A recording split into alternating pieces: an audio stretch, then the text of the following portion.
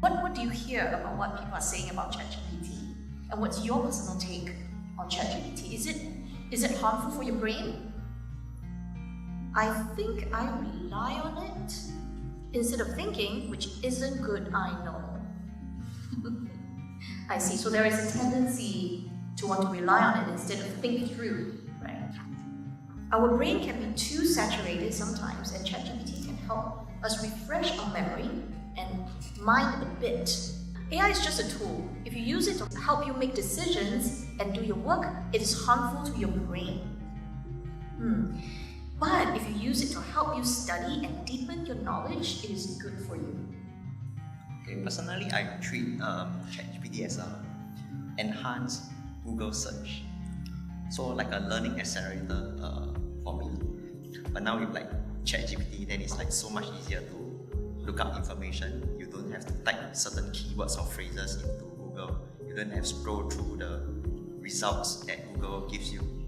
So in that way, it helps me filter out information quickly, and it gives me the information that I need on the spot within like seconds. Let's just pause here for a second. I was going to play a video for you. When you receive information, and this information can come from any kind of source, when that enters into our brain has to do a series of different types of thoughts to organize this information and make it make sense. And so this is the golden step where learning actually happens, called information processing.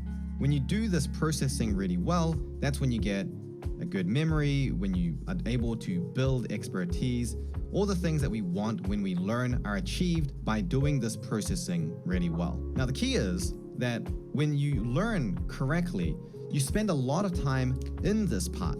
You spend a lot of time doing the processing, and this is the part that involves a high amount of effort. This is a lot of like mental exertion happening in this step. And it makes sense because to process correctly, that allows you to develop a good memory and to have deep expertise on what you learned.